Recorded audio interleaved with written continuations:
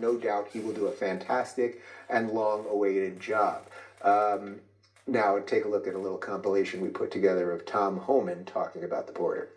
Zero tolerance was interpreted as the policy that separated children from their... If I get arrested for DUI and I have a young child in the car, I'm going to be separated. When I was a police officer in New York and I arrested a father for domestic violence, I separated that Mr. Homan, with all due respect, legal asylees are not charged with any crime.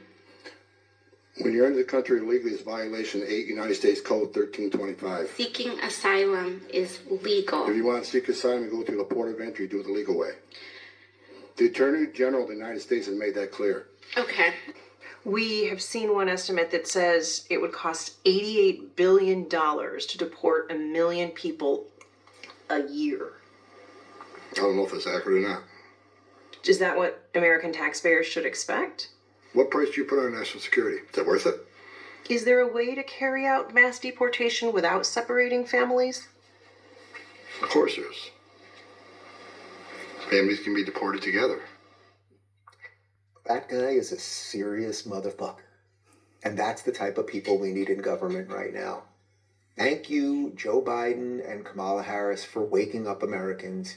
You two dingbats let in 10 to 15 million people on top of the probably 15 to 20 that were already here. And we can talk about family separation and all of those things. And we can all have certain sympathies. And maybe there's been people here that have been here for a while and they've got jobs and they're good people. And we can figure out what we can do with some of those things and all of that. But how about we just have a serious guy in charge of something in the government? I know that's mind-blowing to so many people because we have ineffectual people who are usually hired because they chop their own genitals off. But how about now we just get a dude who sits there kind of like this and has the look in his eyes like, you fucking idiots, stop asking me those stupid fucking questions. That's what I'm interested in. Maybe I've been watching, it's because I'm watching The Sopranos again. I'm just, like, that's the type of guy I want in government. And also the way he answered that question, you know how much it's going to cost? How much you want to pay for national security? It's like, let's be serious for a little while. Let's just see what happens if we're serious for a little while. But you do know how the media is going to frame it. Here's Kristen Welker, who's, of course, a Democrat activist, works for MSNBC, and she's very concerned about the price tag, about all this. Democrats don't really care about money. They'll spend money on anything. A toilet costs $7,000. But, you know, if you're going to do something for the American people, we got to look at the book. As for day one, he told me, I think we have a lot of firsts, and brought up strengthening the border. I pressed him on the price tag of his mass deportation plan, which experts say could be in the billions. He told me, quote, "It's not a question of price tag. Really, we have no choice. When people have killed and murdered, they're not staying here. There is no price tag."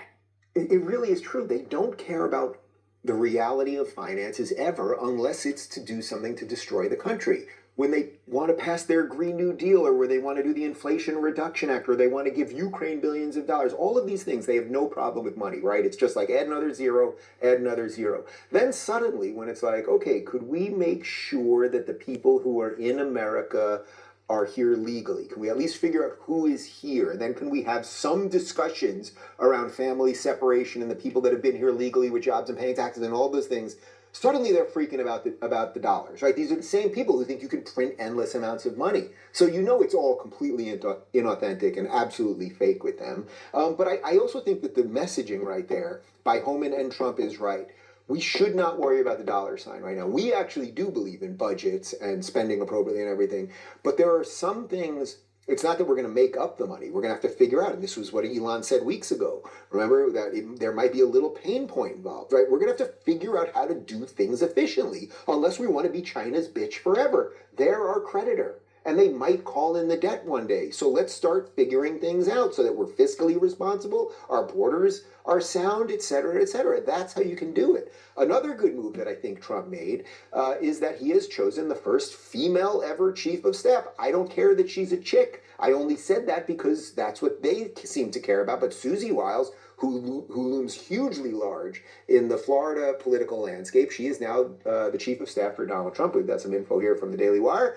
Following his landslide election victory, President-elect Donald Trump tapped his campaign co-chair, Susie Wiles, to serve as White House Chief of Staff. Trump announced on Thursday that Wiles would transition from leading his campaign to helping him lead the country, as she is set to become the first female White House Chief of Staff in history. The president-elect described Wiles as tough, smart, innovative, and is universally admired and respected. Wiles was brought back to help Trump in the 2024 race. She was named the CEO of Trump's Save America PAC in 21 and became the co-chair of Trump's election campaign. She was described by The Hill as the most powerful Republican you don't know, and the New York Times reported that she was perhaps the most significant voice inside Mr. Trump's third presidential campaign.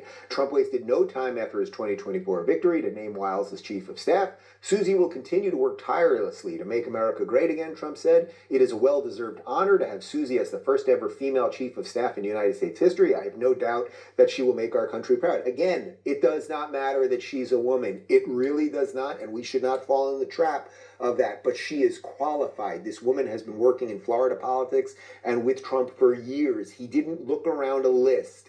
It's just so obviously true. He wasn't just looking at a list. Well, we've got 10 possible people here that we could do. Get me a chick. Get me a black chick. Get me somebody who turned their penis into a vagina. He found someone that was competent. It's pretty refreshing and exciting, isn't it? And it continues. This just dropped, I think, a minute before we went online just now. Also from Eric Doherty, breaking President-elect Donald Trump selects Stephen Miller as his Deputy Chief of Staff for Policy. From CNN, Miller is known as a hardliner on immigration. So you can see they are building a team right now. And so far, what we can see from the team is it seems competent. The list of people he's selecting for the positions that haven't been selected yet, and a lot of these people have to be confirmed and all that, but it seems to be congruent with the things that he set out for in this campaign, and he seems to have good people advising him along the way. It is not, let's make the person in charge of the nuclear secrets a dude who wears high heels, and that's probably pretty good. Okay, so what do we have to do here? The point is that what we don't want to do is don't lose sight of the goal. There are still so many outstanding problems in the country that we are going to have to clean up an awful lot. This story right now from the Daily Wire, they broke some major news that's actually bubbling into the mainstream, which tells you that they really can't hold the lid on this one. This is absolutely wild. Check this out. A federal disaster relief official ordered workers to bypass the homes of Donald Trump supporters as they surveyed damage caused by Hurricane Milton in Florida,